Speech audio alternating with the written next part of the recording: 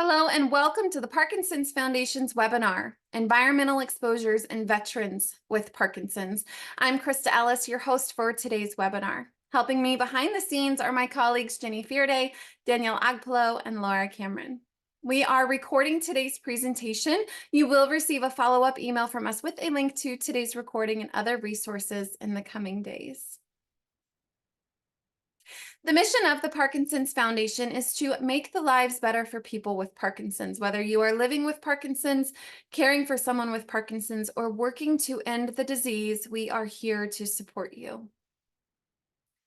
To achieve our mission, we pursue three goals: improve care for everyone with Parkinson's, advance research toward a cure, and empower and educate our global Parkinson's community. Today's program is a great example of one of the things we are doing to help us meet these goals. The Parkinson's Foundation provides weekly education and wellness programs virtually through our PD Health at Home series, including Mindfulness Mondays, Wellness Wednesdays, Fitness Fridays, our expert briefing series, and Ipi Salud en Casa. You can learn more and register for these programs by visiting parkinson.org/pdhealth. Part of the Foundation's commitment is to reach every person living with Parkinson's. A critical way we do that is through our partnerships. With more than 110,000 veterans living with Parkinson's disease, the Foundation is proud to have established a formal partnership with the Veterans Administration. This partnership has the overarching goal to improve the quality of life for veterans living with Parkinson's disease and their care partners through greater access to education, resources, and support. Please visit our webpage and explore the resources offered by the Parkinson's Foundation that can support your navigation of living with Parkinson's as a veteran. That website is parkinson.org/veterans. This year's Webinars for Veterans is presented with support from the Don and Lorraine Freeberg Foundation.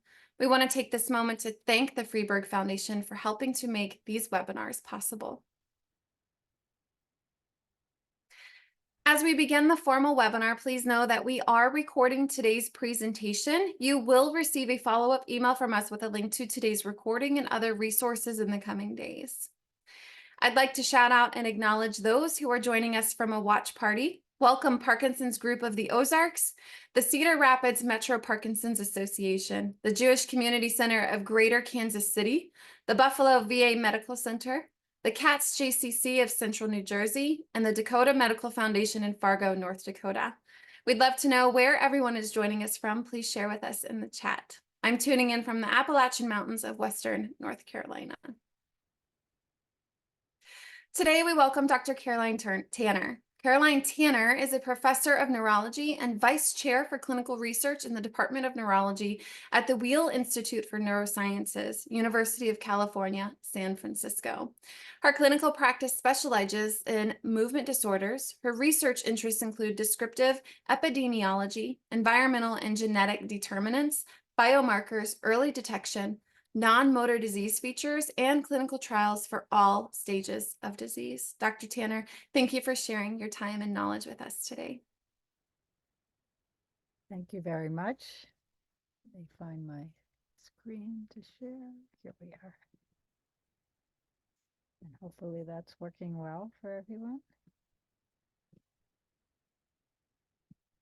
Great. So I'm really delighted to be able to speak with everyone today, and I'm going to talk about environmental exposures and how they relate to people with Parkinson's who have military service. To start, I'll just talk a little bit about what causes Parkinson's, and I want to point out that some of our best understandings from this also came from veterans, and in fact, veterans, given their service commitments, have really participated in many research studies and helped to advance our understanding of Parkinson's. This is one example I was privileged to be part of, where back before the days when we had really analysis of genetic material, we were curious to know whether Parkinson's was primarily due to inheritance, things in the DNA, or the environment. And the way we did this was we worked with a panel of veteran twins who had been assembled, more than 30,000 twins, who worked or were service members in World War II. And we looked at twins who were identical and twins who were fraternal. The identical twins have almost all of their shared genetic material, and the fraternal about half. And we looked to see if one twin had Parkinson's, what about the other one? And what we found was that except for people with a really young age at onset, that the relationship between one twin having Parkinson's and the other was similar in identical and fraternal twins, suggesting that it's not a strongly genetic component in most people. So that was back in the late 1990s that we reported that in these men who were then in their 70s and 80s. And then we were able to recently do a follow-up 20 years later. And in our follow-up, you can get my what we found was the same thing. Basically, at this point, most people had passed away. Some people were still living, and the relationship between having Parkinson's, if one twin had it, to the second twin having it was pretty much the same. So a little bit higher in identical twins, but basically fairly similar, especially in people with an onset after the age of 50. So that led us to believe that we were right to be looking for environmental determinants of Parkinson's, as we had been doing based on that early finding 20 years before that. Now, I've said all of that. Since that time, of course, our understanding of genetics and DNA has just dramatically increased, and we know that there are some people who do have a strong inherited component to their Parkinson's, just as we saw in the twins. Some of them are younger age at onset, not all of them are younger age at onset. And more than that, there are lots of very small genetic changes that probably contribute to the risk of Parkinson's, even though they're not strongly causative all by themselves. But the combination of those variants in your inherited characteristics and what else you do, your environment and behavior, may contribute to Parkinson's. And I highlight that because the Parkinson Foundation is leading a really important initiative called PD Generation that many of you have probably heard about. You can go to the website and find out about it, but it's important because if you are one of those people who does have a gene that has a strong association with Parkinson's, you might want to know that in general, but it might be especially important in terms of the possibility of certain kinds of very specific treatments. So I just refer you to the website to learn more about this. So I'm going to focus on some of the environmental determinants. And by environment, what I mean are things that are not inherited. They're not inherent to being passed from one generation to the next. And there are things that you might do or you might be exposed to over the course of your life, and how they relate to Parkinson's, with a special emphasis on ones that are particularly related to people who have had military service. And the first one I'll talk about is pesticides. This is the first one we really explored. And this is a graph that shows this midline is like nothing's going on. And everything to the right of this shows that there is an association between pesticides as a big category and risk of Parkinson's. And when you sum these all together statistically, what you find out is that maybe there's about a 70% increased risk all over the world, all different populations, if you have a pesticide exposure. But of course, the catch here is that pesticides are a huge category, and there are all these different types of chemicals, and they're insecticides, herbicides, fungicides. And so focusing that a little bit more seems to be an important thing to pursue. And so my colleagues and I looked in a population of farmers and their wives that had been set up by the National Cancer Institute in the US to explore the relationship between their use of pesticides and Parkinson's disease. So these were farmers in the US and Iowa and in North Carolina. And when they registered to use pesticides in their farms, we were able to track them. They volunteered for research, and then we went into their homes, examined them to see if they had Parkinson's or not. And what we found was an association between two specific pesticides. One was paraquat, which you've probably heard about more because that has come up in a number of other populations. The second was rotenone. And these both showed about twofold increased risk of Parkinson's if you had used these in an occupational sense. And more importantly, they had what we call biologic plausibility. It kind of, we think it wasn't just a coincidence, because when we studied it in the laboratory, we could see changes that were similar to the changes we see in people with Parkinson's. And of course, we're not going to test this out by giving some toxic chemical to a person with Parkinson, a person, to see if they're going to get Parkinson's. So this is the best we can come when we're looking at these kind of associations in populations. So the next thing we did is we looked at another population, and here again we found paraquat, but the one I want to highlight today is we also found 2,4-D to be associated with Parkinson's. So 2,4-D is a common herbicide. People can use it, use it in your house.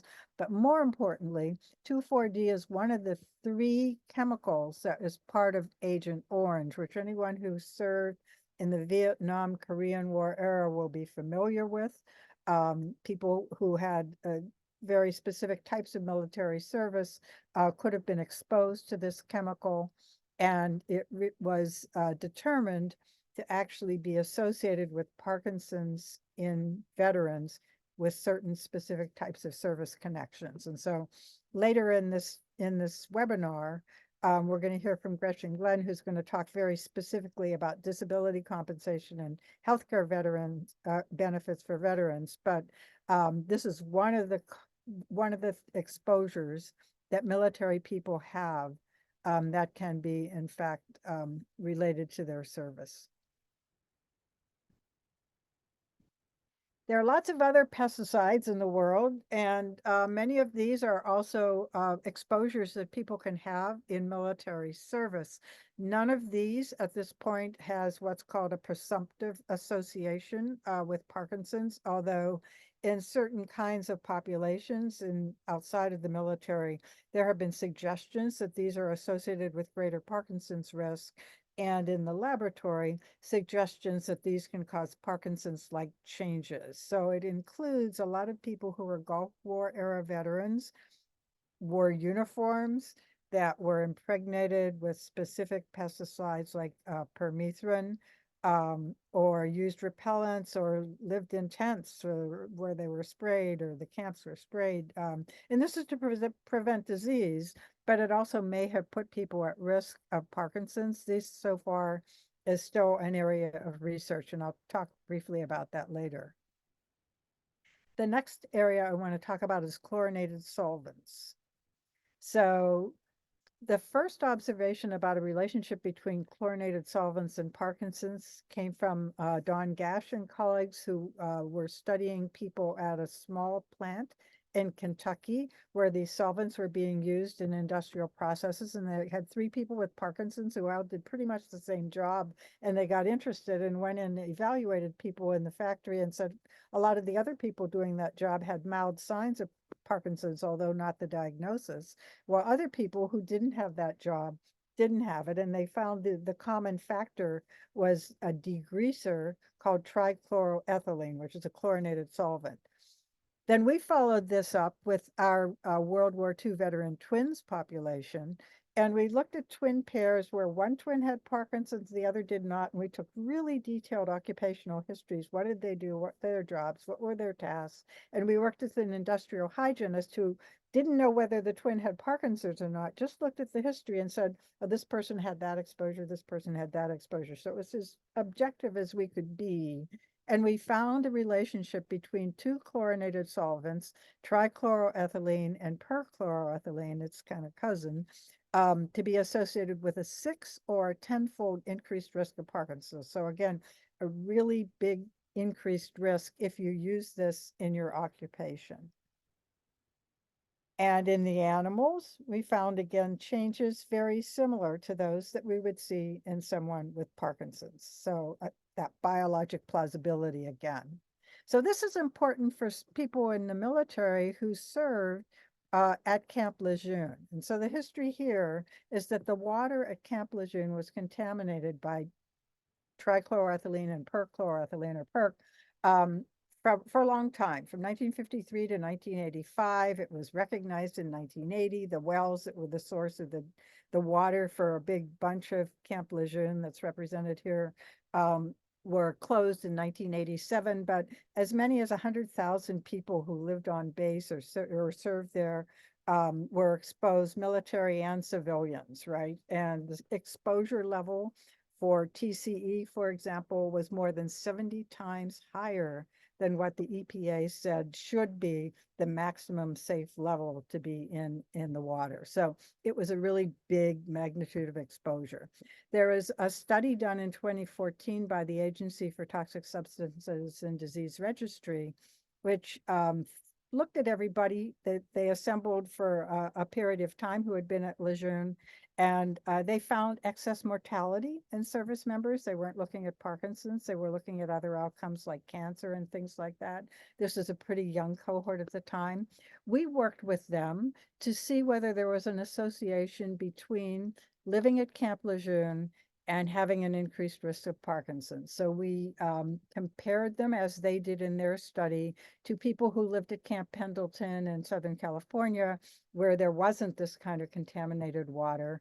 And we said very simply, are there more people with Parkinson's at Lejeune than Pendleton? And we looked at people who had exclusive service, not at both places.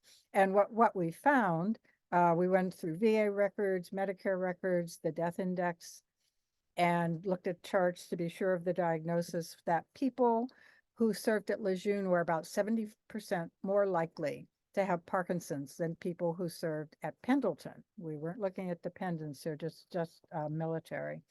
And so this suggests that even the exposure to the contaminated water in Lejeune was associated with Parkinson's risk. There are a couple of other things we also found. We found that there seemed to be an increase in what we think of as some of the earlier stages before the diagnosis of Parkinson's disease, people with loss of sense of smell, things like that. And we also looked at the people diagnosed with Parkinson's to look at their progression, and found that people who had Parkinson's and had served at Lejeune seemed to progress a little bit more rapidly than people who had Parkinson's and had served at Pendleton. Now, this is still a young population. We hope to be able to do more follow-up in this in the future and to understand a little bit more about it. But based on various different types of research, the VA has decided that people who served at Lejeune are entitled to benefits, including for Parkinson's. So I want to talk just a little bit about TCE, because while it's really important for people who served at Lejeune, it's also really, really common. So this is just some examples from, Googling around on the website that show what we call plumes, where trichloroethylene is what we call a persistent organic pollutant. So it sticks around. Here's a place where it's in Mountain View, California, right under the Google campus. It's in a lot of different places. Many times you don't even know it's there. About 33% of US water supplies it's estimated to be in.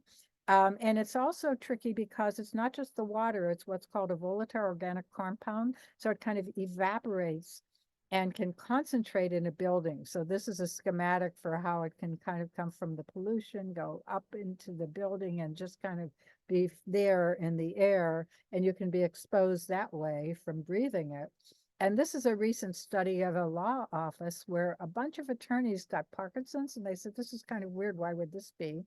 And they did some exploring and found that there was a dry cleaning facility that had contaminated the ground next to their building, and it kind of evaporated into their building, and at least suggested that that might be the cause of the Parkinson's and the trichloroethylene associated cancers that were found in the people working in that building, compared to people working in other buildings in the same town. This was in Rochester, New York, who didn't have that problem. So again, a suggestion that this may be an important factor, not just in military, but in other people as far as Parkinson's risk. And as I said, we always look at biologic plausibility. So the interesting thing here is that all of these things seem to have similar actions that relate to what we know as a cause of Parkinson's in a sort of a mechanistic way. So again, the suggestion that this is in fact something that is a real association and not just sort of happenstance. The next thing I want to talk about is traumatic brain injury. So again, back to the World War II veteran twins. We looked at twin pairs where one twin had Parkinson's and one did not, and we asked whether they had had a head injury. And here we went back and we got medical records and we documented that they were real head injuries and not just they remembered it more because now they have Parkinson's and they're looking backwards to see what they can remember. So these were true head injuries. And what we found was that there was in fact about a 3 times bigger risk of having Parkinson's if you had a head injury. So the twins with Parkinson's were much more likely to have head injuries than the twin without Parkinson's. And then we looked further and found that if you had more than one head injury, it was even greater. So as much as a 5-time increased risk if you had 2 injuries or more. So this again leads to the idea that this is something real. One is bad, two is worse. That kind of makes sense. So we think of that as something that is what we would call a dose response relationship that scientifically makes sense to us. The other thing we found that was very interesting was that people who had variants in one of the genes that is strongly associated with Parkinson's called alpha, that makes a protein called alpha-synuclein, um, people who had variants in that gene and had a head injury were much more increased risk of Parkinson's. The number somehow didn't show up here, but this is 11 up here. And this is like sort of, 1.5 and 2. So these are lower risks, the risks from the gene, the risk from the head injury. But if you have both, you have a really big risk of disease. And this is a principle that we found, I won't have time to explain today, but that we have found in many, many different settings. And it's what we call gene environment interaction, right? That's the technical scientific term. What it really means, as we say, genetics loads the gun, but environment pulls the trigger, right? So you may have a genetic predisposition, but if you don't also have the environmental exposure, it may not be manifest. And there are lots and lots of examples of this I can't describe to you today, but it's another reason why paying attention to both sides of the coin are very important, not just to understand cause, but we hope that understanding cause means we're going to be able to give people very specific kinds of treatments in the future as well. So traumatic brain injury is another one of the conditions that is by the VA considered to be presumptive of service connection as a secondary factor. And Gretchen can complain all this to you. So in the absence of clear evidence for some other cause, it is felt to be a secondary, Parkinson's is a secondary result of TBI. So that's the end of the presumptives. But I'm going to touch a little bit on some other things because they relate to research that is now ongoing that my group and I are involved in. And the first thing I'm going to talk about is air pollution. So these are studies that have recently been published. This comes from a group at Washington University in St. Louis, and they looked at US Medicare beneficiaries and they looked at air pollution levels that had been kind of measured around the country, and particularly a certain element of air pollution called PM 2.5 or particulate matter 2.5, which is a kind that can often be associated with injuries of certain types, mostly respiratory illnesses.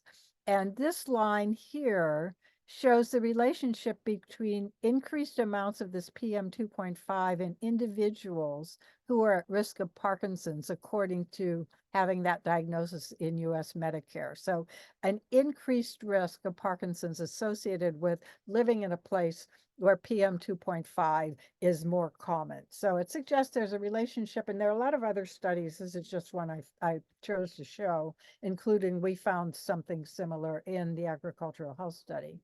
And this is a schematic that Jeff Bronstein and his colleagues put together to sort of show what that means. You get the pollution, it gets into your lungs, but then it gets into the rest of the body because these are little tiny little particles, and they cause inflammation. They may themselves penetrate into certain parts of the body, organs, into the nervous system, and cause injury. So that's a theory. It's a diagram they drew that suggests that exposure to these particulate matter may be associated with increased risk of Parkinson's or other neurodegenerative disorders. And this is a study, a map of the U.S. that the Parkinson Foundation supported, and we looked here at the distribution of people with Parkinson's across the US. And you can see the purple, that's where there are lots of people. And the green is where there aren't so many people, adjusted for the population. So percentage of people given the whole population, their age and their sex distribution. So there are pockets of Parkinson's around the country. Is this because of differences in either pollution or pesticides or, chlorinated solvents? We don't really know, but it's a suggestion. And this is just another reason to kind of pay attention to these things. The reason I bring this up in part is because there's a lot of interest in understanding the health effects of military burn pits and exposure to particulate matter during military service, including people who served in Gulf War era who may have been exposed to sandstorms as well. Burn pits have a lot of waste as well as a lot of particulate matter, a lot of toxic chemicals, volatile aromatic compounds as well. And the PACT Act of 2022 gives health benefits for respiratory illnesses and cancers, but Parkinson's isn't mentioned at that point, and it hasn't been proven to be associated. I'm bringing it up, one, because there's a burn pit registry in VA, and I think it's important for people to participate in these because it's how we learn and understand. And two, because I wanted to point out that there is work going on, and some of the people in the audience may be part of this. This is the Millennium Cohort. It's a Department of Defense established population. And participants in this answer questions and tell us about their health and disease over time. So these are all military service across all the different services, all the branches. And people are asked wave 1, wave 2, wave 3, wave 4 to tell us stuff about their health. And it's going to go on to 2068. So while most of these people are still pretty young, and Parkinson's is much more common after the age of 60, we're starting to study Parkinson's in this MILCO cohort, the Millennium Cohort. And some of the things that we can explore include burn pits, oil well smoke, petroleum product exposure, as well as some of the things I've just discussed, like exposure to solvents, jet fuels, and pesticides.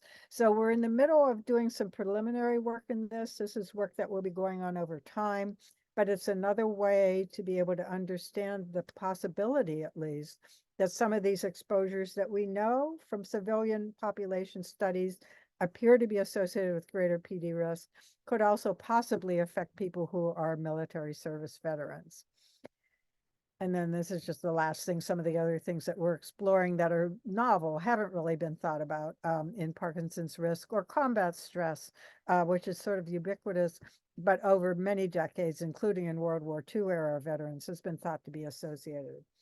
I want to refer you to the VA public health website because they have a lot of details there. It's open to the public. You can just access it about some of these different exposures and also who might be eligible for presumptives and how to get benefits. And then Gretchen, of course, will give us an overview of this as well at the end.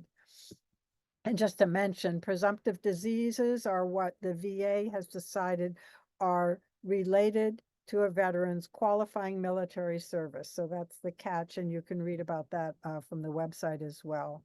And the ones that we have at this point are Agent Orange, service in Camp Lejeune, and traumatic brain injury.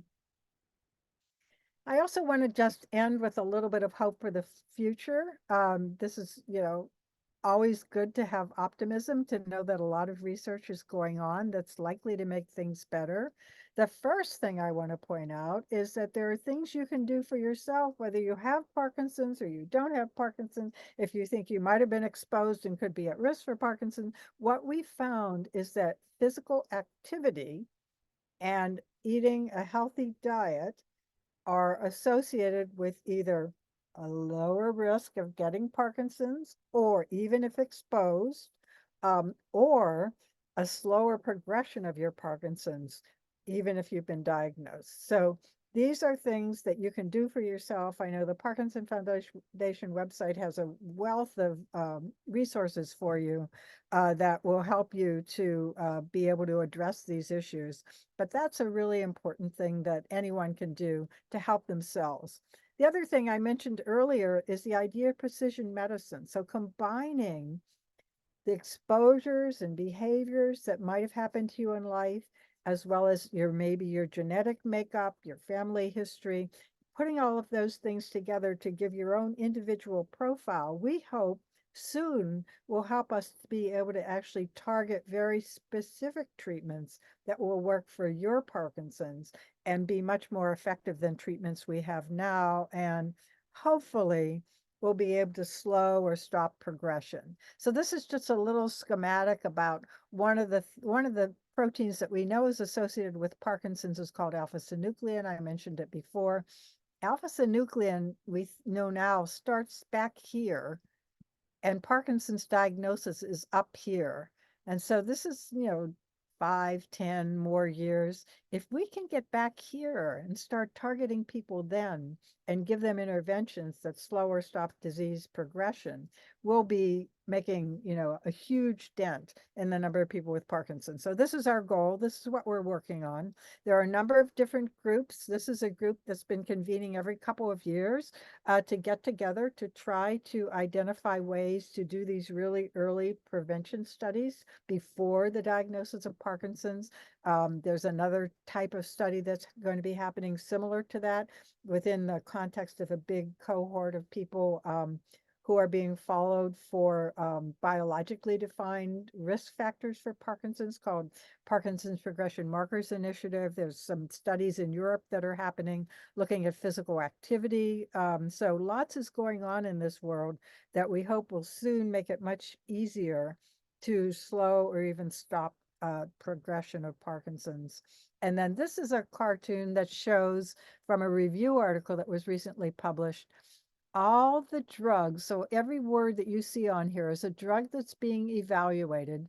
The top are drugs that are being evaluated as disease modifying therapies. So things that target the different things that we understand from the laboratory are mechanisms that in at least some people lead to Parkinson's and ways to stop that from happening. So I show this not because you can look at it or we can talk about it, but because there's so much there that it's very hopeful that to see how hard people are working to be able to come up with ways to really modify the progression of the disease or even prevent it.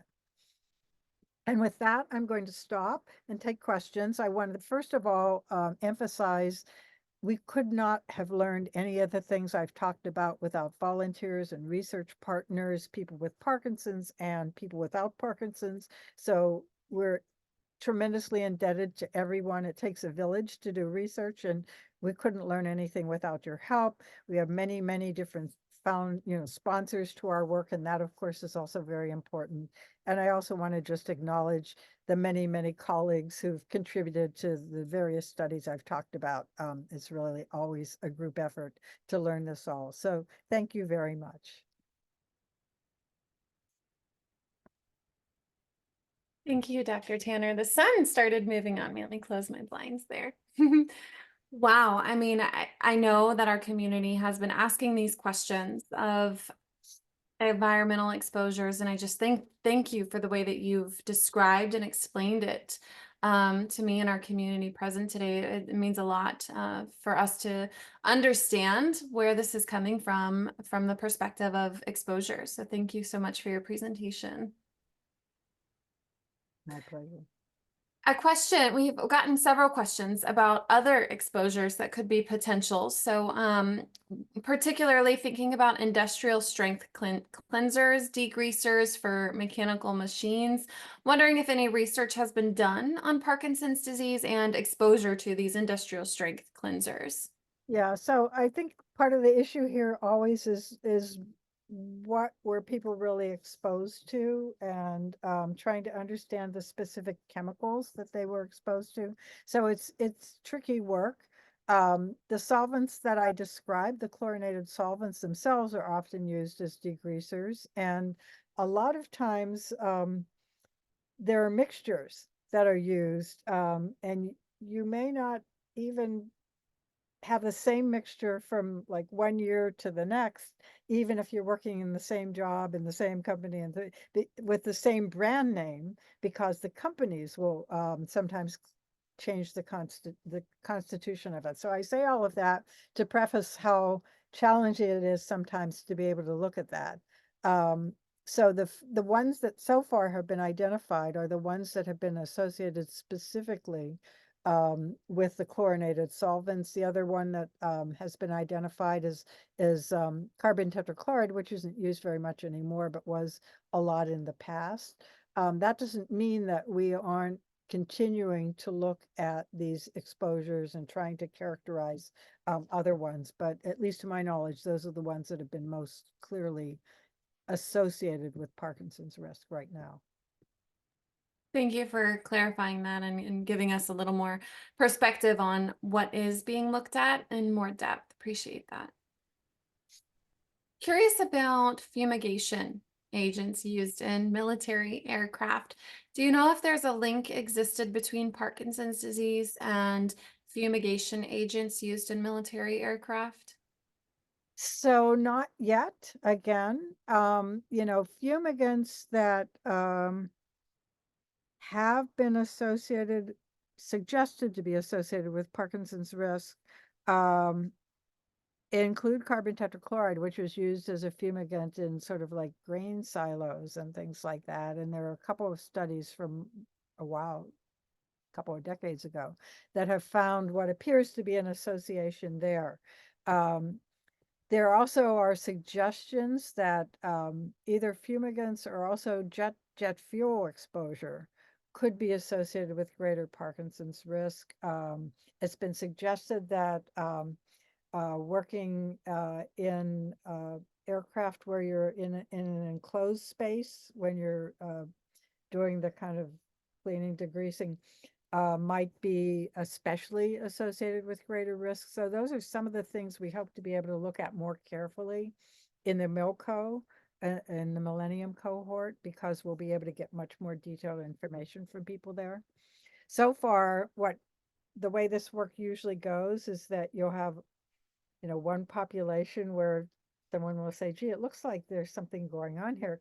But then to be able to get enough information to really make a convincing case requires looking over a long period of time and a number of people where you can be sure about the exposures. So it's hard work to Yeah, to get the not data. yet. Yeah. Not yet is what I've heard in the two responses so far. Thank you, Dr. Tanner. Continuing on exposure, so we've got very specific questions today about other types of exposures. Is there any research connecting triple F foam used in firefighting? Is this something you're familiar with? Okay, so again, it's interesting because almost all of these have been suggested in one way or another. So not so much the foam, but the idea of being a firefighter. There are a couple of studies that have suggested that firefighters are at greater risk of Parkinson's, and there are a number of reasons why that might be. You just heard me talking about being exposed to, burn pits and toxic chemicals and fumes and particulate matter, and those are all things that firefighters too may be exposed to. And so, um, there have been studies that have suggested firefighting as a category might be associated with a greater risk of Parkinson's. I don't know of one that has suggested a specific foam versus, toxic inhalants or particulate matter. It's new information for me, and I'm sure for many of those who are listening in. So thank you for sharing that. And also, just happy, grateful to hear that we are finding more understandings of how Parkinson's disease is manifested in our community. So thank you for bringing awareness to that and our firefighters out in EMS. Coming back to TCE, has there ever been TCE testing done on drinking or bathing water that is offered on ships? Huh, I don't know. I know that when people look, they find pretty often, as I said, in US drinking water, it's like 33% of, water supplies. And, sort of anecdotally, I know of, a number of people with Parkinson's who tested their water and found they had TCE in it. But about ships, I don't know. It's a good question. Uh, Not sure. Yeah, something to continue to be curious. Exactly, yeah. Um, Thinking about TBIs or traumatic head, T, yeah, traumatic brain Traumatic injury. brain injury, yeah. Yeah. If you've gotten diagnosed with Parkinson's disease, what is the effect after, progressive of getting Parkinson's disease and then after having had a traumatic brain injury? Is there a timeline of progression or manifestation of Parkinson's disease? So you've already been diagnosed with Parkinson's and then you have a head injury. That's the issue, right? Yeah. So on some level, that would probably be individual. What we found, or we and others, the scientific world, is that head injuries do make a lot of changes in the brain, and they can increase what we call inflammatory processes.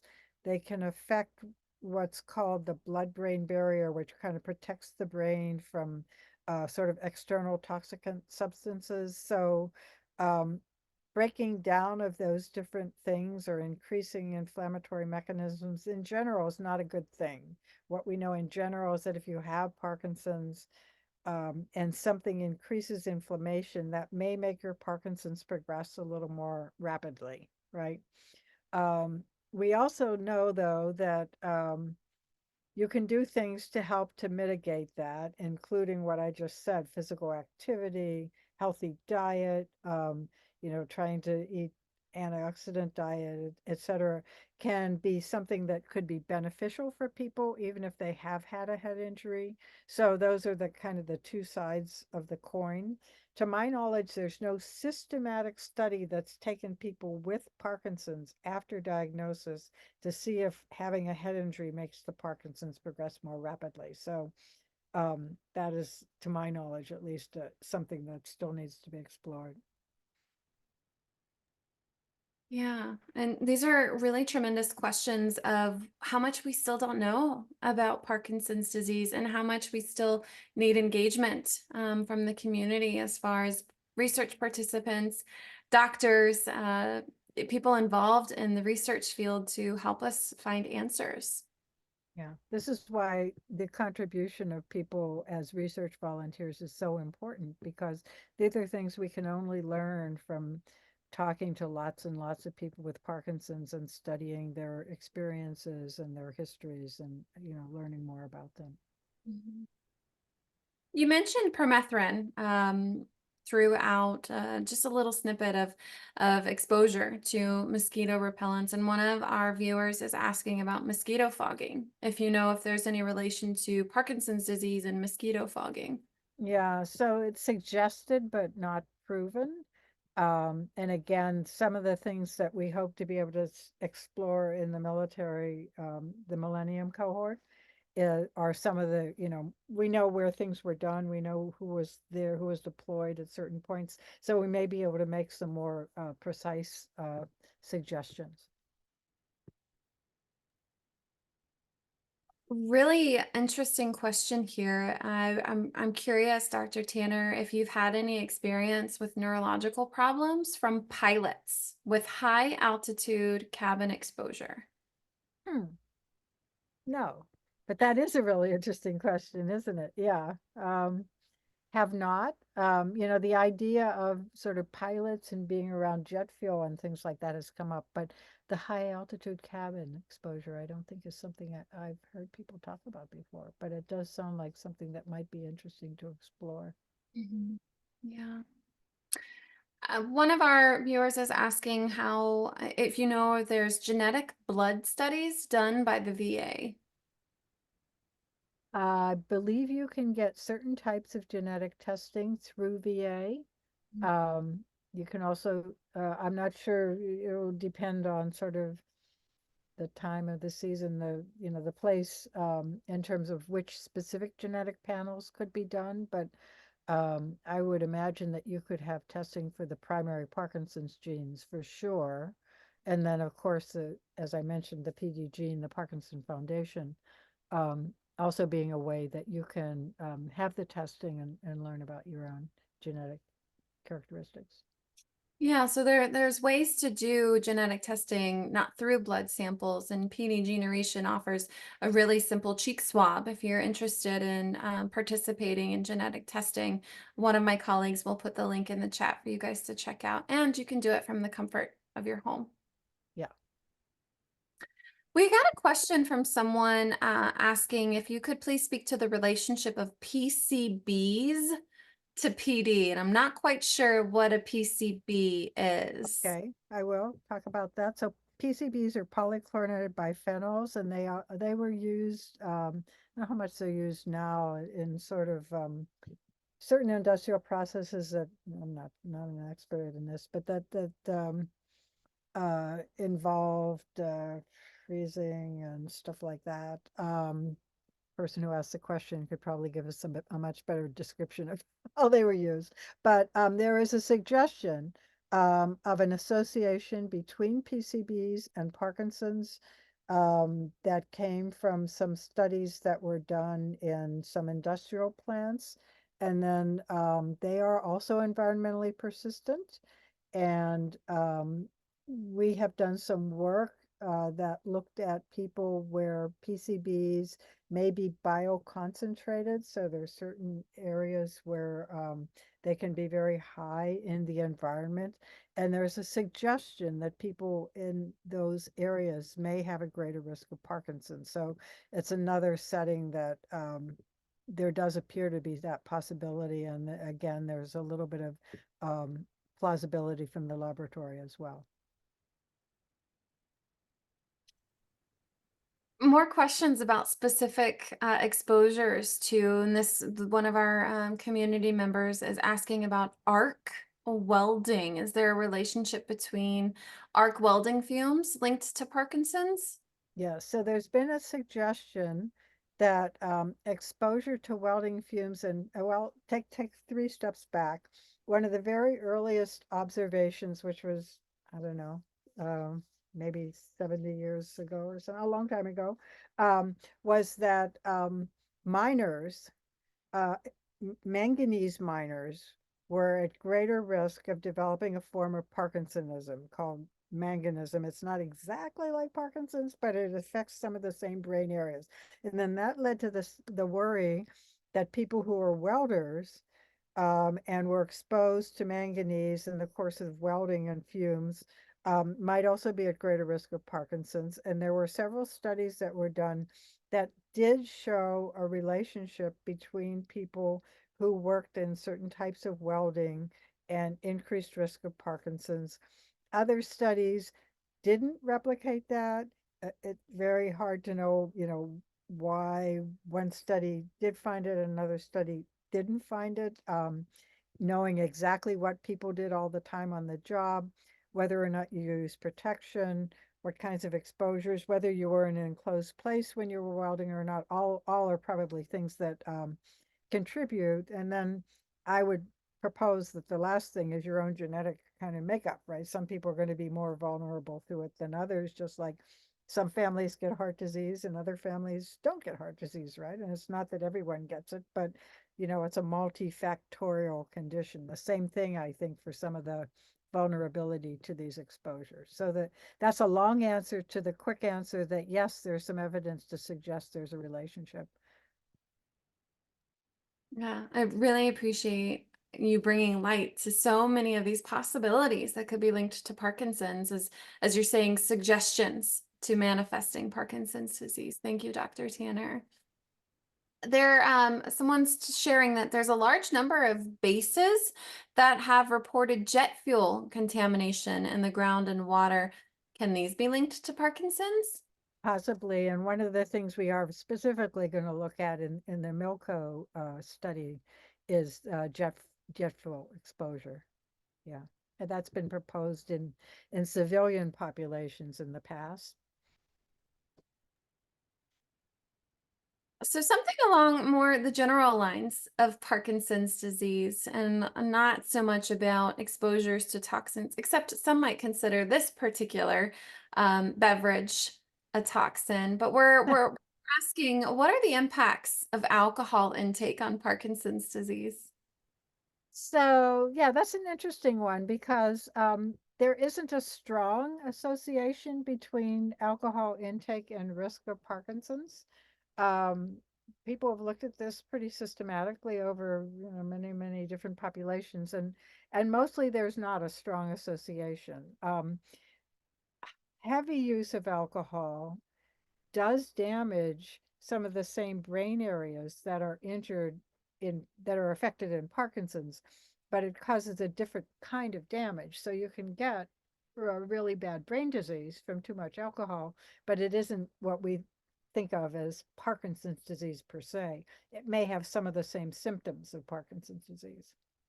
So it's not as if it's good to, excessively drink alcohol because it can be bad for you, but not so much for just classical Parkinson's disease. Yeah, and this continues to be a question of how much water should people with Parkinson's be drinking? Yeah, so that's a really good question because I think a lot of people with Parkinson's don't realize that you may be just a little bit more vulnerable to even mild levels of dehydration because you can have a very subtle change in what we call the autonomic or the unconscious nervous system that regulates things like keeping your blood pressure when you stand up or when you've been standing for a long time or levels of sweating, things like that. And that can be just a little bit less effective in people with Parkinson's. And staying hydrated and being really attentive to the amount of water that you drink is a really good idea because it can protect you from getting lightheaded or feeling like a little bit faint or even falling or passing out, which of course we wouldn't want.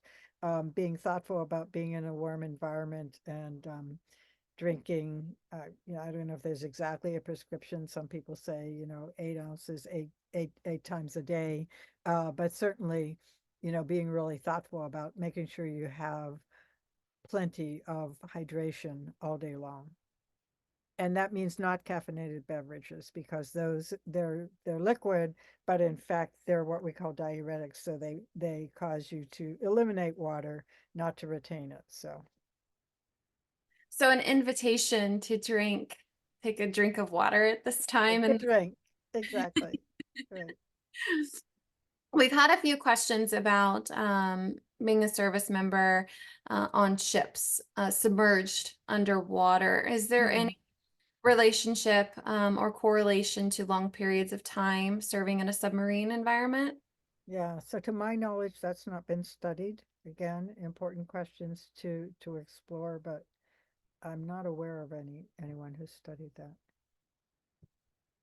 I really appreciate your transparency, Dr. Tanner. There's so much to explore in the field Hmm. of Parkinson's and our veterans. So I really admire these thoughtful questions and very intentional questions that we're getting from our community today.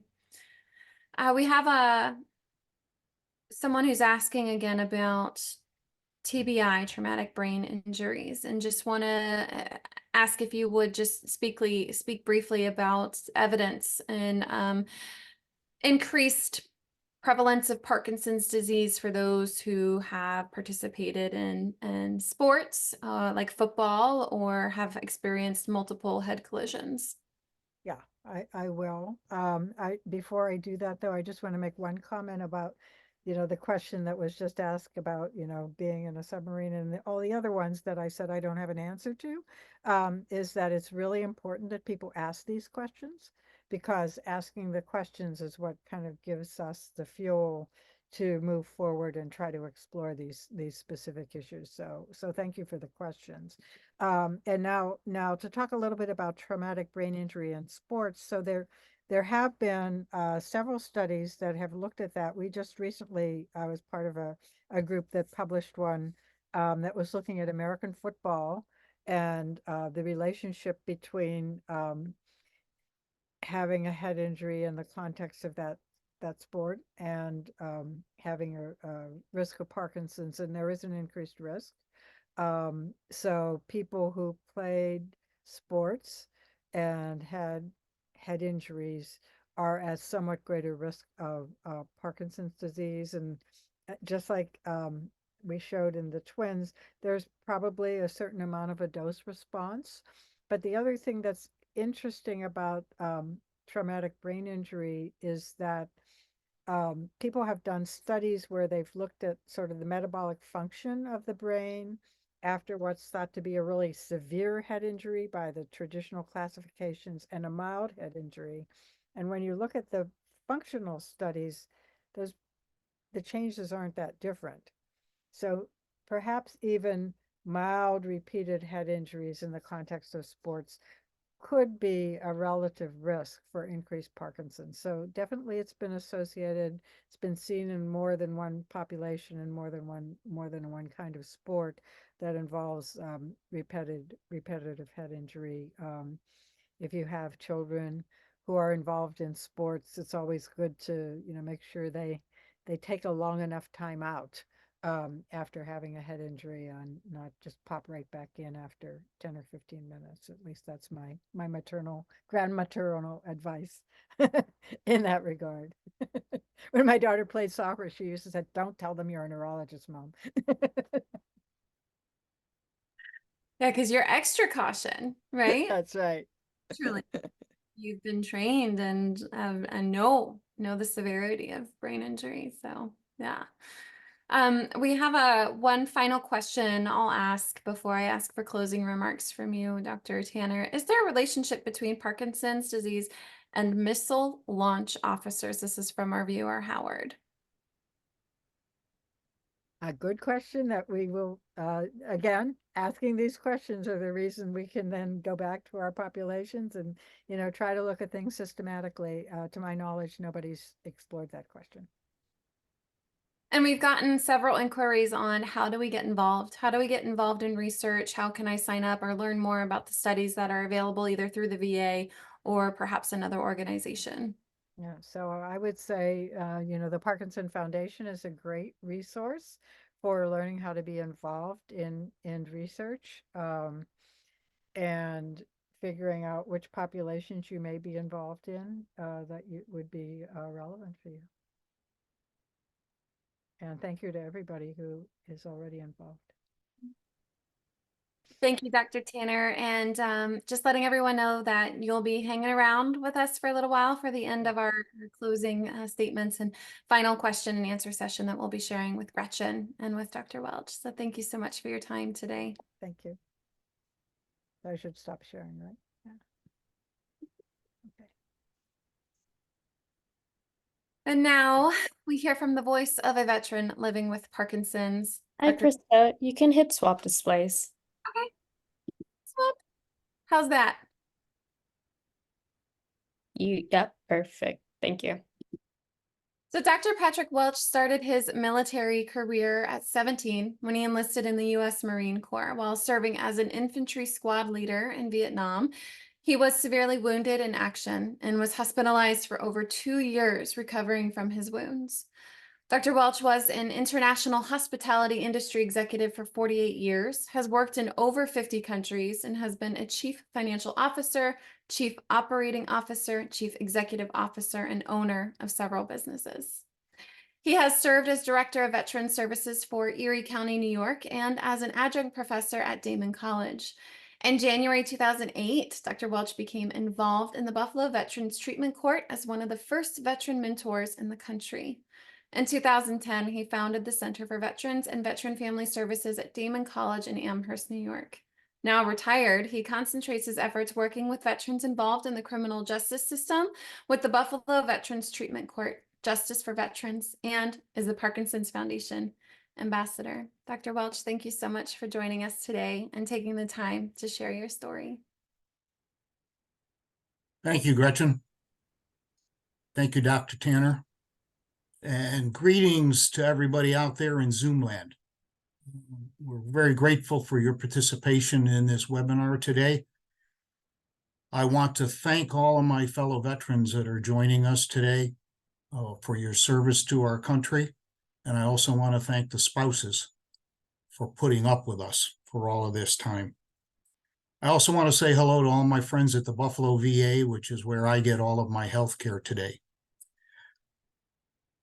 I want to start out by giving you some statistics as to why these webinars and outreach by the VA and the Parkinson Foundation is so important in the work that we do. The Foundation estimates that there's about 1 million people. VA has indicated that there's about 110,000 veterans that have Parkinson's disease. So that puts the veteran population at about 26%. I'm sorry, about 11% of the total. That means that we've got over 110,000 veterans. It also means that every 6 minutes each day, someone is diagnosed with Parkinson's disease. So what we're talking about is that about 240 people a day are diagnosed with PD, and that equates to about 26 veterans a day that are diagnosed with Parkinson's. So it is incumbent upon us to constantly be educating and reaching out to those in the communities, in academia, and in the medical community about Parkinson's disease. I started having symptoms of Parkinson's disease about 6 years prior to my official diagnosis in October of 2020. I've been doing public speaking my entire life, and there was a period about 5 years ago that when I was doing lectures across the country, I'd break into a sweat that I just couldn't control, not knowing that that was one of the early symptoms of Parkinson's disease. I also noticed that my handwriting was getting smaller. Usually I write very large. That was beginning to decrease. Again, I'm not knowing that that was one of the symptoms.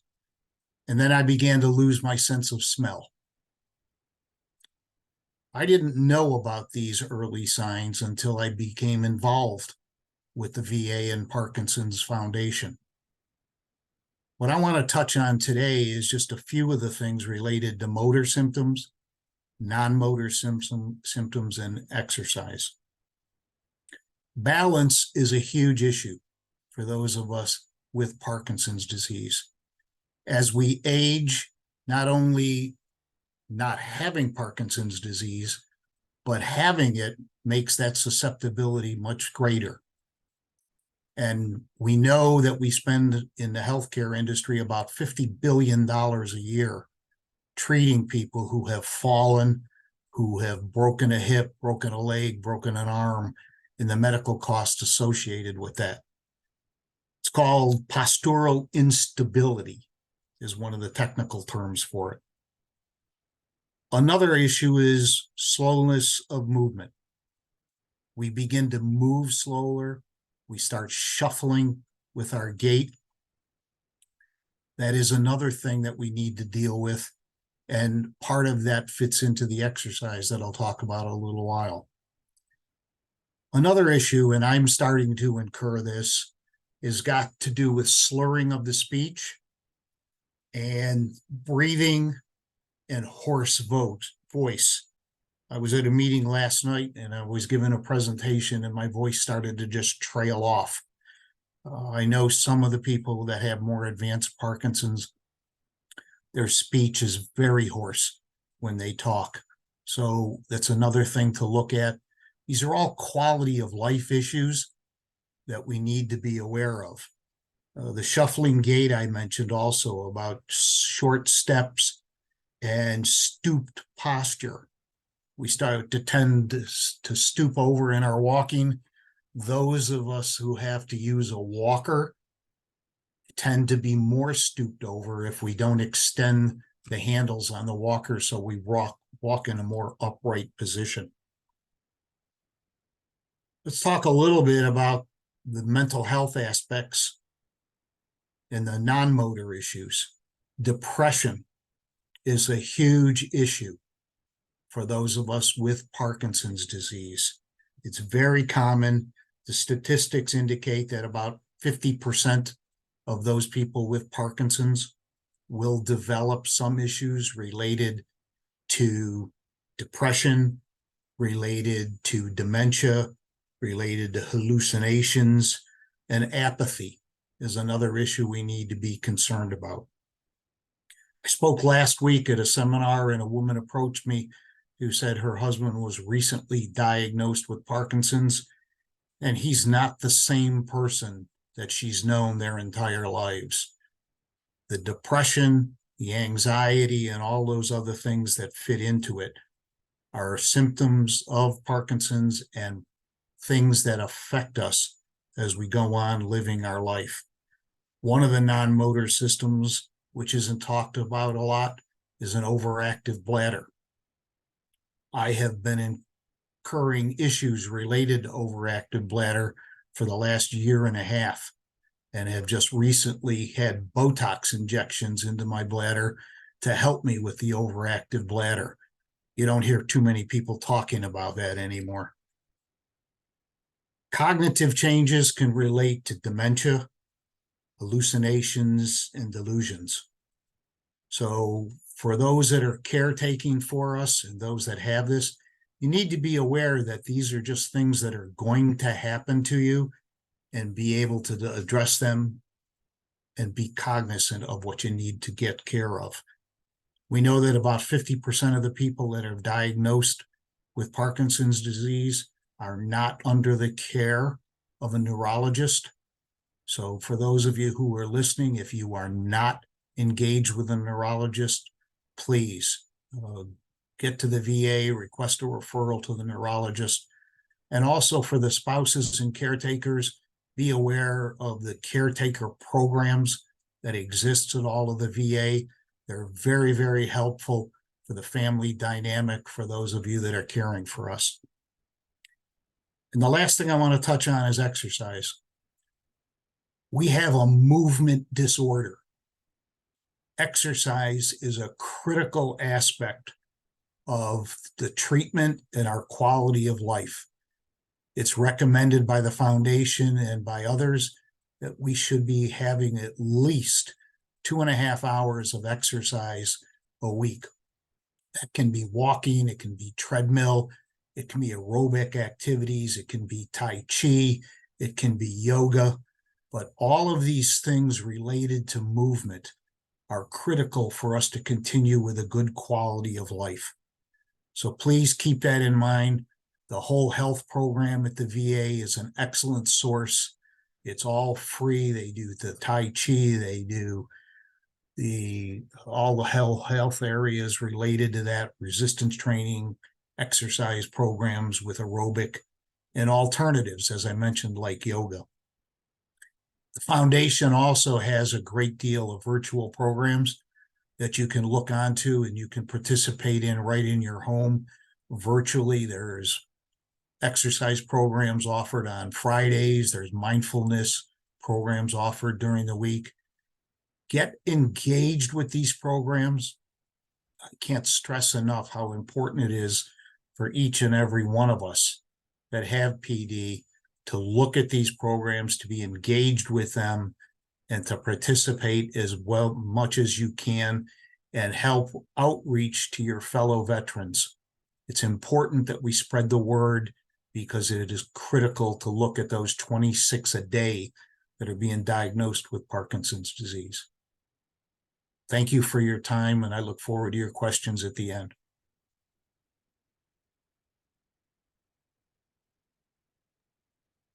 Thank you, Patrick. Really appreciate the way that you continue to share so openly with the community about your Parkinson's disease and how it continues to affect you. How's my screen look? You could switch it again. I'll figure it out someday, y'all. Patrick, we'll see you for the Q&A after Gretchen's presentation. Thank you for showing up. And now we welcome Gretchen Glenn, a social worker and Associate Director of Education for the Philadelphia Parkinson's Disease Research, Education, and Clinical Center. Gretchen focuses her practice on adjustment to a chronic illness, disease education, supportive counseling, resource coordination, case management, and community outreach for veterans and families diagnosed with Parkinson's disease and related movement disorders and their families. Ms. Glenn also serves as chair of the National VA Parkinson's Disease Consortium Education Subcommittee, which is responsible for providing educational opportunities to national VA healthcare providers on the care of veterans with Parkinson's disease and related movement disorders. Ms. Glenn is passionate about helping others and has dedicated her career to helping people cope with chronic illness and end-of-life challenges. Gretchen, thanks so much for being here. Thanks for having me. Let me get my video going here. Just trying to fix my lighting. All right, I'm going to pull up my thanks again, Krista, for having me back to present. Thanks, Dr. Tanner, for giving such great explanation of the extensive research that you've been doing on the toxins, as well as for our veteran community, and to Dr. Welch for your service to our country, sharing your story, and being an advocate for veterans and veterans with Parkinson's disease. I'm going to try to pull up my slides here.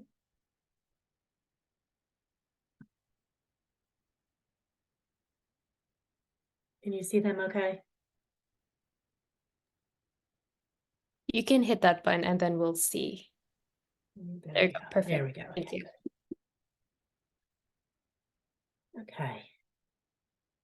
So given all the information that Dr. Tanner provided today, I'm going to go over like, what is the VA? What are we doing to support our veterans with Parkinson's?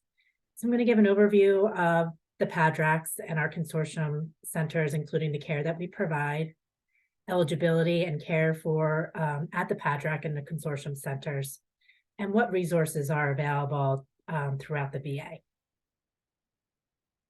So first, just to briefly state that the PADRAC stands for the Parkinson's Disease Research, Education, and Clinical Centers. And they were established in 2001 to serve the then approximate 80,000 veterans afflicted with Parkinson's. And as Patrick has stated, we have known that this has now grown to over 110,000. PADRACs were formed to deliver state-of-the-art clinical care, research, and education to an expansive geographic region, and all are staffed by internationally recognized movement disorder specialists and clinicians. So there's 6 PADRACs across the country in the VA medical centers. There's one in Philadelphia, Richmond, Virginia, Houston, West LA, San Francisco, and then a split center in Portland and Seattle.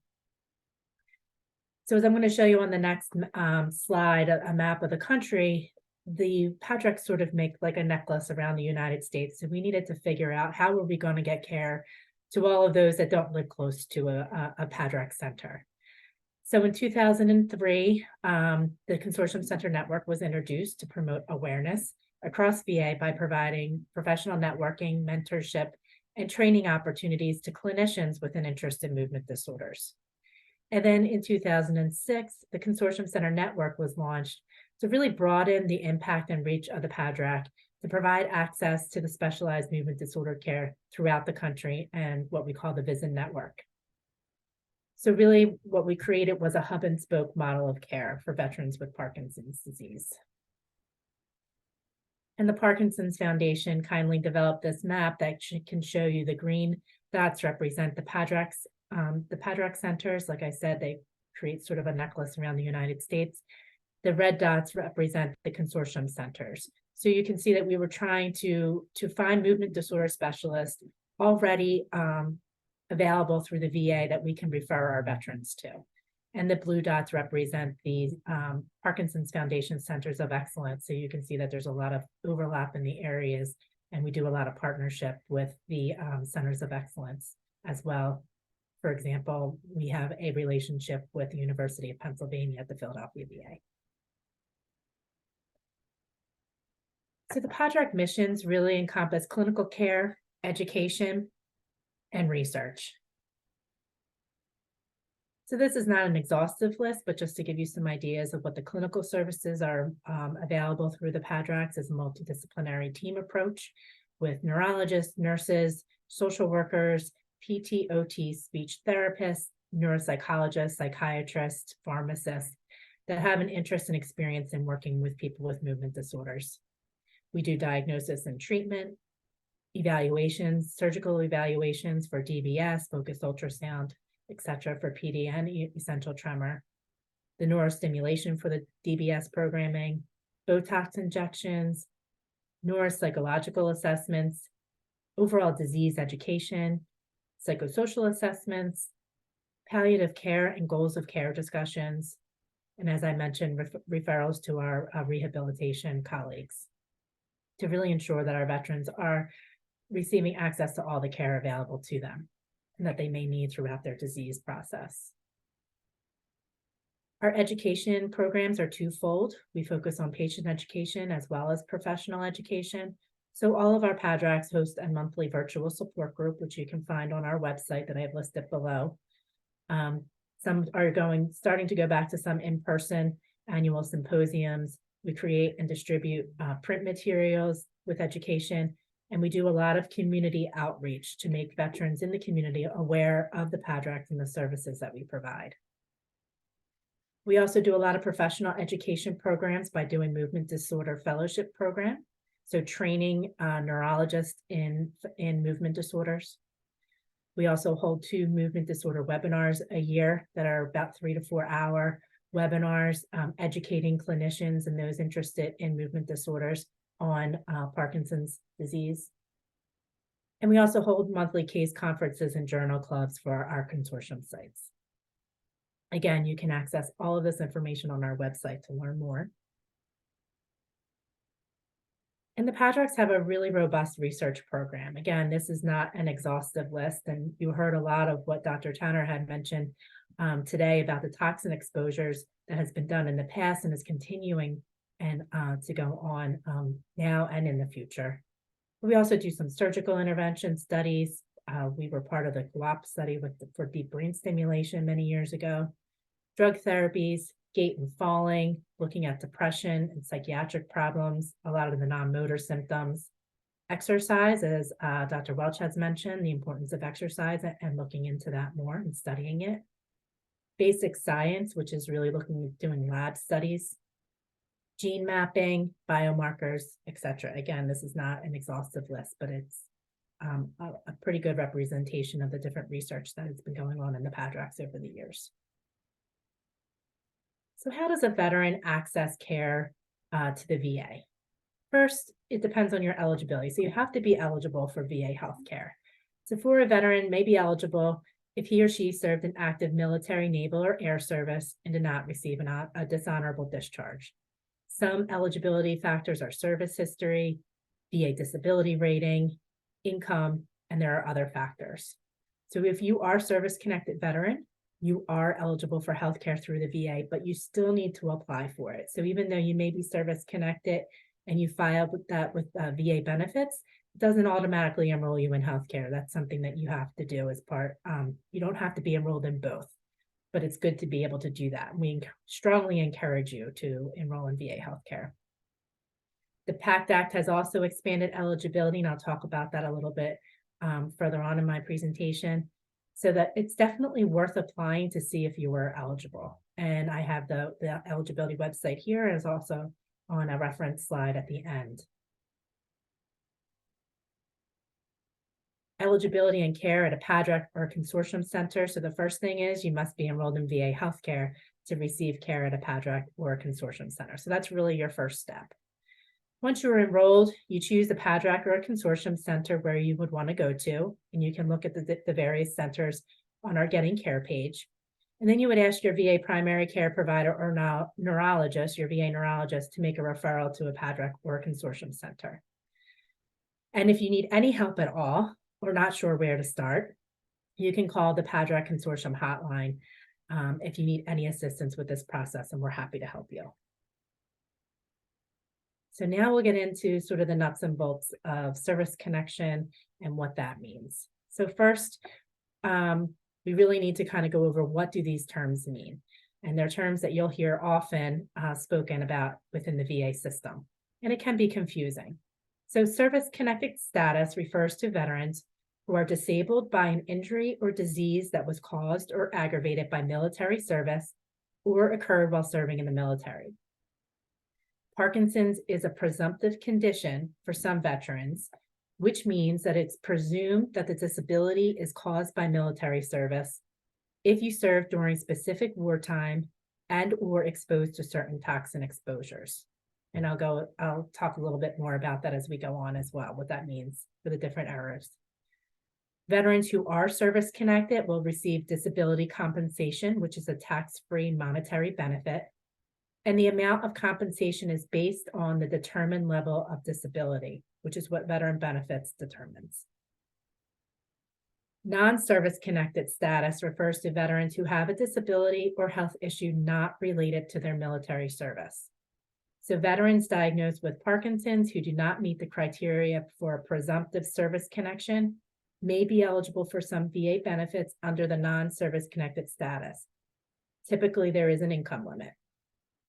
So veterans who are non-service connected may also be eligible for a VA pension, which is a tax-free monetary benefit payable to low-income wartime veterans. So a veteran would have to have served at least one day during a wartime to be eligible for a pension and meet the income requirement.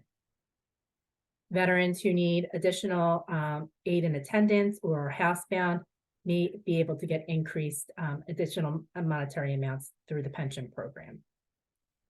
So again, it's important to note you can apply for VA service connection without enrolling in VA healthcare, but we strongly recommend you do so in order to receive all the benefits that you are entitled to. So now that I've gone over what service connection means, I'll talk a little bit more about how it relates to the toxin exposures. So when the PADRECs were first established, Parkinson's disease was not a service-connected condition. But in 2010, it became a presumptive service-connected condition for veterans, for Vietnam-era veterans who were exposed to Agent Orange.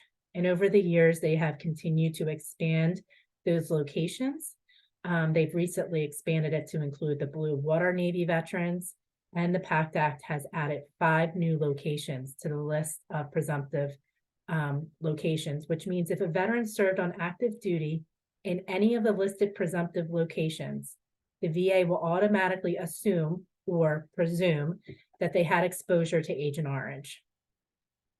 And then in May 2021, Parkinsonism was added to the list of presumptive service-connected conditions associated with Agent Orange.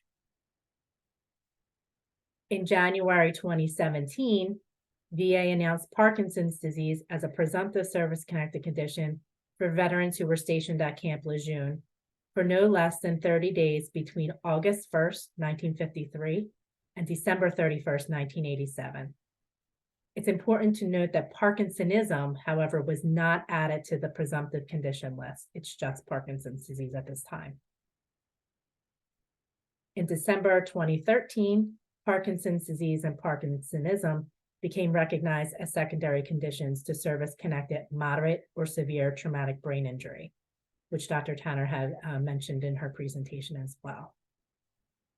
So my biggest suggestion is that if you think you may have been in any of these locations or have been exposed to Agent Orange, it's worth applying and let Veteran Benefits determine if you fit into the criteria for service connection.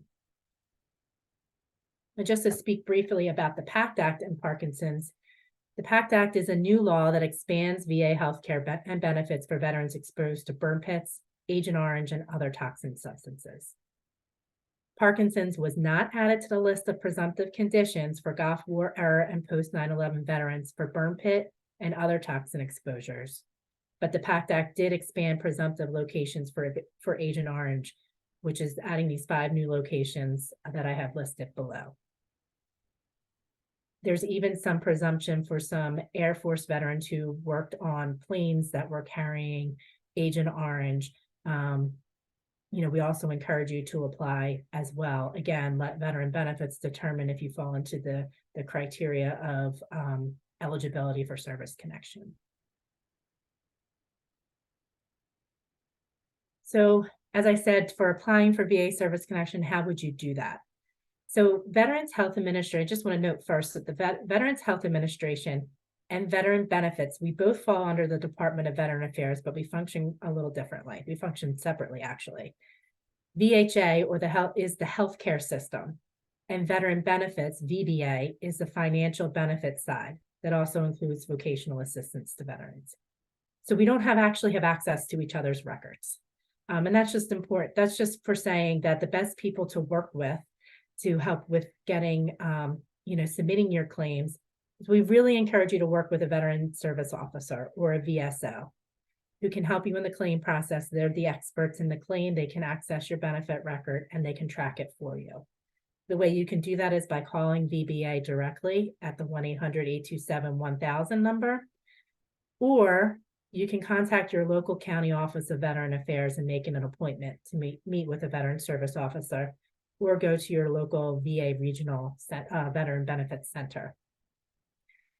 The healthcare system, VHA, we can provide medical support for your diagnosis, but with determination of the actual claim, that is done by VBA only.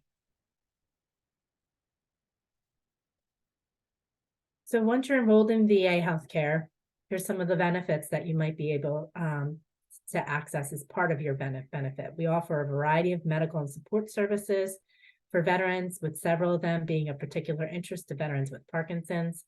Some are based on level or percent of disability. Some depend on service connection, or there could be an income determination. There could be a copay for some of these programs if you're non-service connected. And it's important to know that each medical center offers these programs to some extent, but how eligibility criteria and the referral process could differ slightly from one VA to another. So it's really important to connect with a VA social worker at your VA to determine what's available, what's the criteria for eligibility, and how can you access them. Now, this is not an exhaustive list, but these are some of the most common and most used programs that are available as part of your VA benefit. Primary care services, which includes pharmacy benefit, which could be more affordable than your private plan.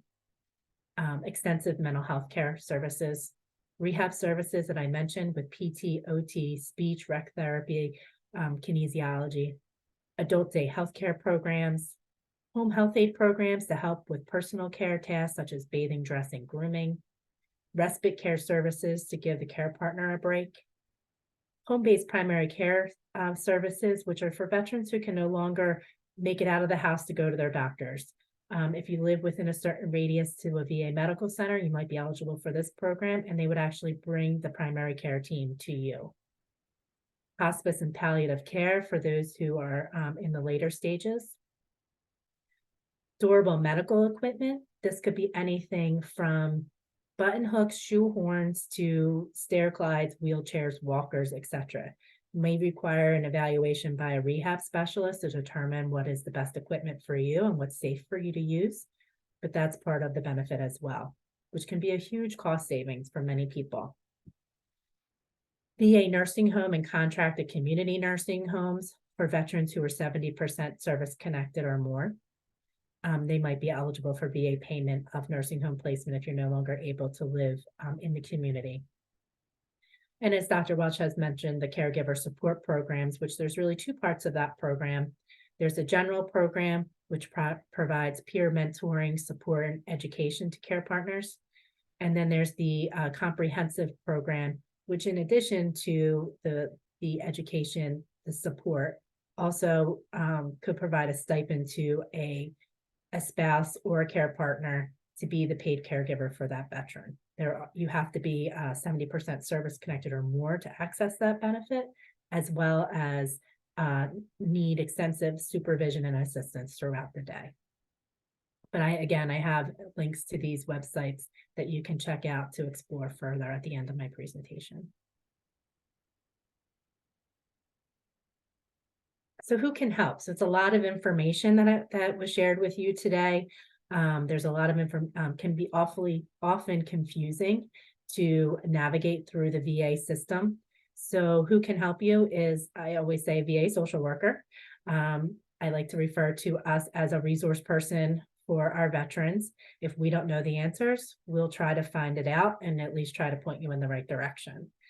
We can assess what your needs are. We can make you aware of the availability and eligibility of services, and we can be your advocate. In terms of applying for VA disability and service connection, VA veteran service officers can help you with all of that. They can help you with the process, which is often complicated and sometimes overwhelming, and they can monitor your claim and again, be an advocate for you. I'd also encourage you to check out the Parkinson's Foundation Frequently Asked Questions, which the PF and VA developed together. It goes over a lot of what we talked about today in more detail, as well as ways to connect with a VA social worker or a veteran service officer. The best way to connect with a VA social worker is to talk to your VA primary care doctor. They should all have access to a social worker on their team that they can connect you with.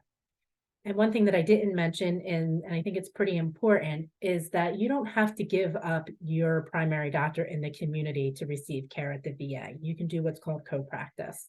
So as long as you're seen within the VA at least one time a year, it keeps you enrolled and gives you access to VA benefits. Your primary care doctor in the community, who you may have known for a very long time and feel very comfortable with, we don't expect you to give them up. We just ask that you pick either the VA or your primary care doctor in the community to be your director of care, and we can work together to ensure that you're getting the care that you need and access to all of the services that might be available to you through the VA and the community. And this is just a slide that will be sent out to you all too, that has some important contact information on there. And you can also call the PF hotline. You can call and they can direct you to us, or you can call our consortium hotline, or PADREC and consortium hotline, and we'd be happy to help answer as many questions as we possibly can, or at least point you in the right direction. So with that, I will stop sharing.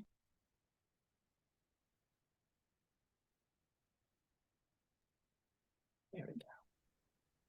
Thank you, Gretchen. Really appreciate all this information. And, you know, we've covered this before. It is the $1 million question. How do we navigate the veterans affairs, right? And so to continue to repeat and encourage people to reach out to their local veteran service officers, to their PCPs, to identify that service connection so they can get the benefits that they deserve.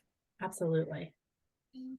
And if you haven't registered before or thought that maybe it wouldn't be for you, I wouldn't rule it out unless you don't know until you apply and let them make the determination of eligibility, because it could really open up a wealth of resources and services that we don't have as much in the community. We are very lucky in the VA to be able to provide some of the services that we do. Patrick, I see you're joining us. I have a question for you. I want to be sure that we touch on, and I know that we've gone over time, so thank you all for continuing to stay present with us. Patrick, just thinking about your experience with claiming health benefits with the VA, how was the process for you? My process was very easy. When I came back from Vietnam, I wound up in the VA hospital in 1966, and I was very fortunate to be connected to a veteran service officer from the Disabled American Veterans, and he got me into the system right away. So I've been a patient of the VA since 1966. The early stages were not great, but the VA is much, much better than it was in 1966. And if I could just hitchhike on something that Gretchen mentioned, I always tell veterans there's two reasons that they need to be registered with the VA healthcare system. Number one is that they may need the VA at some point in their life. And if they're already registered in the system, getting access to benefits is much, much easier. And as Gretchen mentioned, you don't have to be in the VA for all of your healthcare, but as long as you're there once a year, it keeps your file active.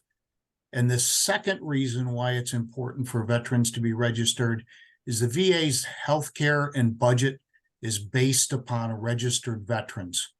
So even if you don't use the VA regularly, your numbers are critical in the budgetary process. And that means benefits are going to flow, money is going to flow to your local medical center. So I encourage everyone who's on this call, if they're not registered, to get registered and encourage their fellow veterans to get registered with VA healthcare. It's critical for dollars to be flowing to the VA. Agreed. Did you have a comment, Gretchen?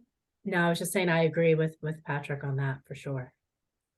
I wanted to get clarification in one of the final statements that you made, Gretchen, about still having access to your primary care physician, but also having access to a veteran specific, a VA specific doctor.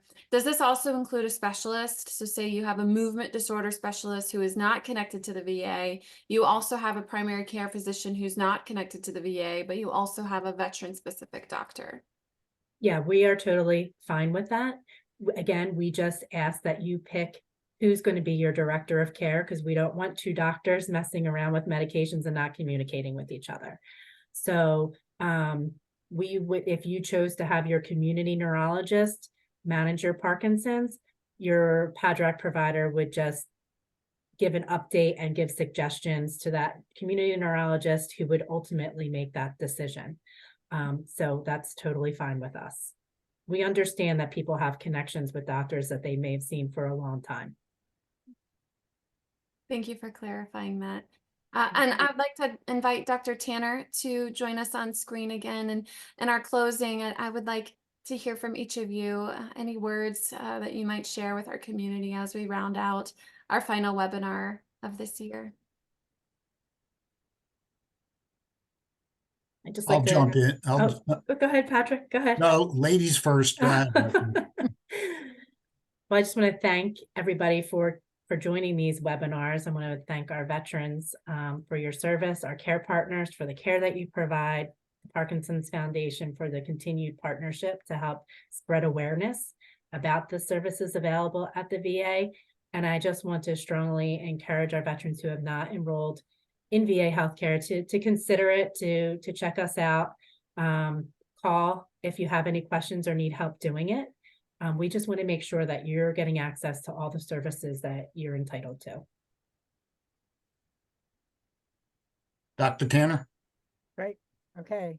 Well, yes, I just echo what everyone said. I wish I could see you all, but I'm so glad to know that you're there, or the people who aren't there but may hear this later. Thank you to everyone for your service and for your interest and participation in research. I echo the comments of the two later speakers that connecting to VA care is really important, I think. It's also important to help us to understand more about the exposures that are related, because much of the work that I've talked to you about has relied heavily on the information we could understand because people got part of their care at VA, and we were able to understand things about them or their disease and what the characteristics were, the things that they experienced, because we could look at VA records, for example, or sometimes people volunteered to be evaluated. So that's also very another aspect of being part of VA that can be very helpful, is learning more about service-related exposures and how that might be related to Parkinson's or related disorders. So thank you for that as well. And I'll just take one little moment. When I was listening to Patrick talk about balance, I wanted to mention there's another study that we're doing in combination with the Parkinson Foundation. That is a fracture prevention study. It's a national study. It's a home-based study.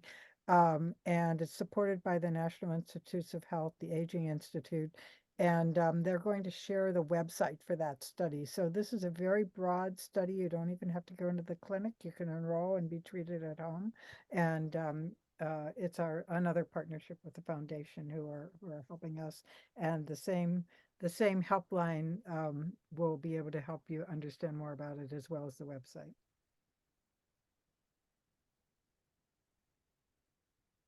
And I'll throw in a final comment then. Again, I want to reiterate how grateful I am to each and every one of you who have served this country.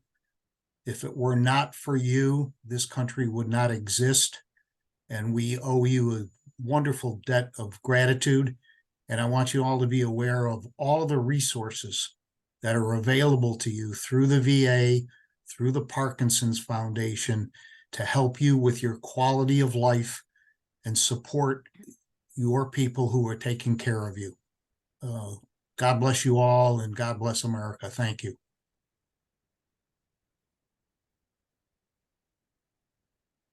On behalf of the Parkinson's Foundation, I want to thank our panelists, Ms. Gretchen Glenn, Dr. Caroline Tanner, and Dr. Patrick Welsh. Thank you so much for your participation today.